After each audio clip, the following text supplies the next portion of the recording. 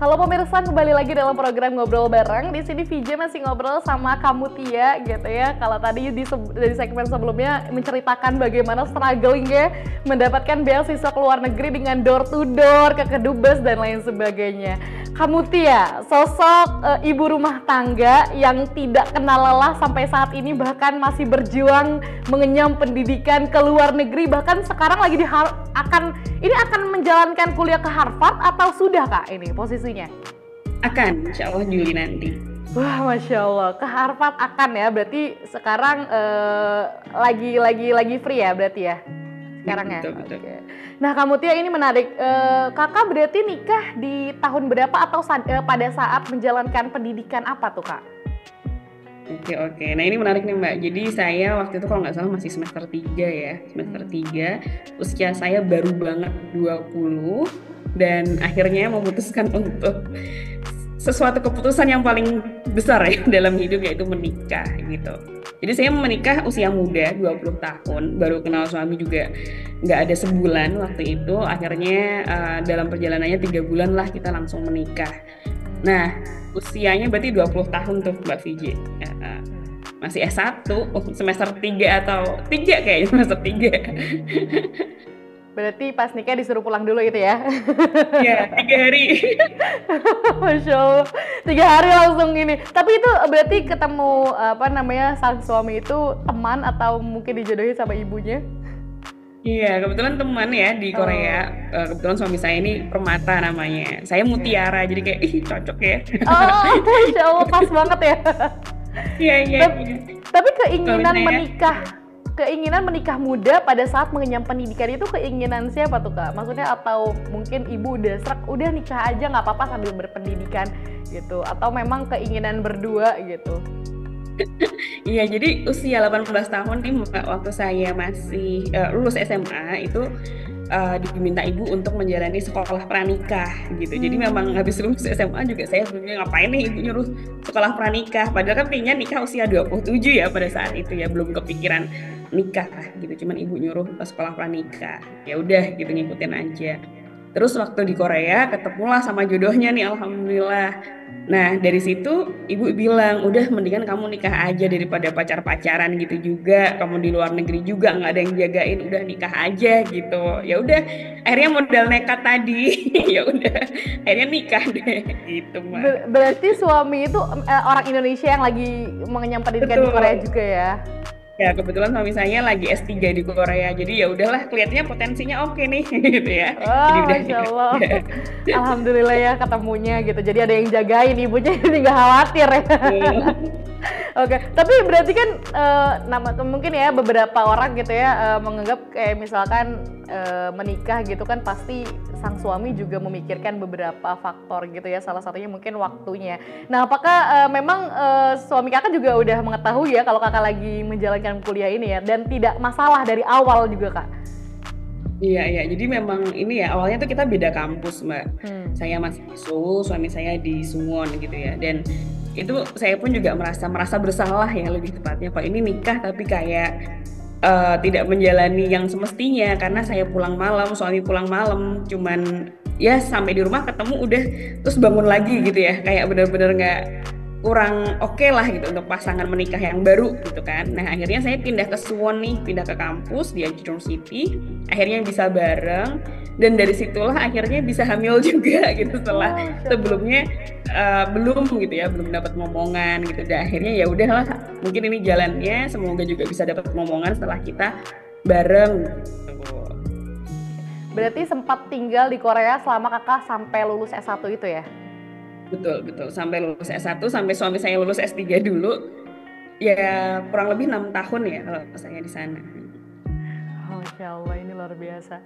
Tapi gimana sih Kak membagi peran gitu antara mungkin kewajibannya sebagai seorang istri, bahkan sekarang sudah mempunyai anak, masih menjalankan pendidikan nih Kak. Bahkan keduanya gitu kan, ayahnya juga Kak Mutia juga gitu kan, dua-duanya mungkin sama-sama struggling di bidang pendidikan tuh. Gimana Kak? Mungkin bagi tips nih buat teman-teman juga kan mungkin di rumah yang kepikiran nikah muda, pengen juga mengejar karir pendidikannya, gimana tuh Kak Muti? Iya, sebenarnya pusing juga ya, pusing banget, stres juga gitu ya.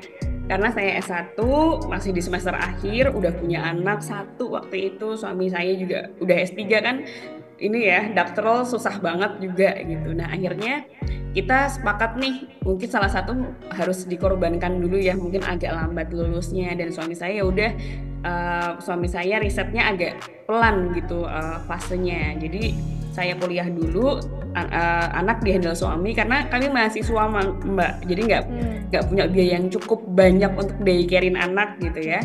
Jadi suami saya handle, terus sayanya pulang, suami saya baru riset gitu, baru disertasi, ngurusin disertasi kampusnya. Memang harus ada yang mengalah sedikit sih, dan ini harus komunikasi juga antara suami dan istri dalam kondisi sama-sama masih belajar. Tapi ya alhamdulillah saya lulus, kemudian saya full time mommy sambil bisnis sedikit ya di Korea. Suami saya fokus untuk ngejar risetnya gitu. Jadi ya udah kelar semua ya alhamdulillah gitu. Tapi ini keren sih ya, maksudnya ngebangun komunikasi yang bahkan ini suami kakak juga rela untuk bisa mau mengalah dulu ya. Mengasuh. Ini kan justru banyak sekali ya, maksudnya stigma laki-laki yang menyerahkan sepenuhnya kepada sang istri aja gitu ya. Justru itu ya, berarti pentingnya adalah peran suami istri yang saling bekerja sama. Waduh, Masya Allah. Tapi sejauh ini Kak, tantangannya apa sih, tantangan terbesarnya? Ini sih, kita nggak bisa idealis ya Mbak, dalam kondisi yang memang kita pilih sendiri. Kondisinya saya sama suami sama-sama kuliah gitu, ada anak juga gitu. Waktu itu masih satu, terus tambah lagi, cepet banget tambahnya. Gitu, jadi kita nggak bisa punya standar yang mungkin kita anggap ideal sebenarnya. Tapi ya udahlah, kita yang penting ada standar minimum gitu ya, anak seperti ini, kitanya kayak gini-gini, rumah nggak harus bersih-bersih banget gitu, karena memang pada sibuk semuanya gitu. Jadi memang harus ada yang dikorbankan si standar-standar itu gitu. Berarti kamu Tia sama suami sekarang ini tinggal di mana nih? Nah sekarang saya udah pulang nih, jadi pulang dari Korea itu 2018. Di BSD Tangerang Selatan ya, sekarang di Tangerang Selatan, dan kita fokus bangun bisnis. Kebetulan suami saya mengabdi jadi lecturer atau dosen di salah satu kampus gitu. Berarti sudah dari 2018 sampai sekarang udah di Indonesia ya kayak? Ya betul. Nah ini gimana nih rencananya bulan Juli akan ke Harvard? Apakah akan LDR atau ikut juga suaminya ke sana atau gimana nih kamu Tia? Iya, ini sebenarnya gara-gara suami saya sih saya akhirnya ngambil di Harvard ya. Justru karena suaminya. Iya, jadi awalnya ya saya cuman iseng. Suami saya sih bilang S2 mendingan di luar aja. Saya kan awalnya mau ke Korea lagi gitu. Gimana kalau KAIS gitu? Enggak, coba aja di Harvard. Udah dalam hati tuh nggak mungkin lah, Harvard saingannya berat banget gitu kan ya, nggak mungkin Mbak gitu. Terus ya udah saya tahan aja, nggak boleh ngucap, bilang aja amin gitu. Nah akhirnya baru memberanikan diri setelah anak saya usia 7 tahun ya, karena usia di bawah 7 tahun tuh masa-masa belum mumayyiz. Jadi saya memang fokus untuk ngurus anak dan juga ngurus bisnis gitu.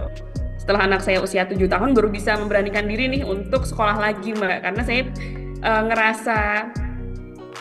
ngerasa berhutang budi ketika saya kemarin di awal-awal mereka perkembangan atau baru lahir, saya harus kuliah gitu kan. Jadi kayak merasa menyesal, dan ya udah pokoknya sampai 7 tahun aku nggak, ya walaupun kuliah juga gitu, tapi nggak kuliah yang meninggalkan anak gitu ya.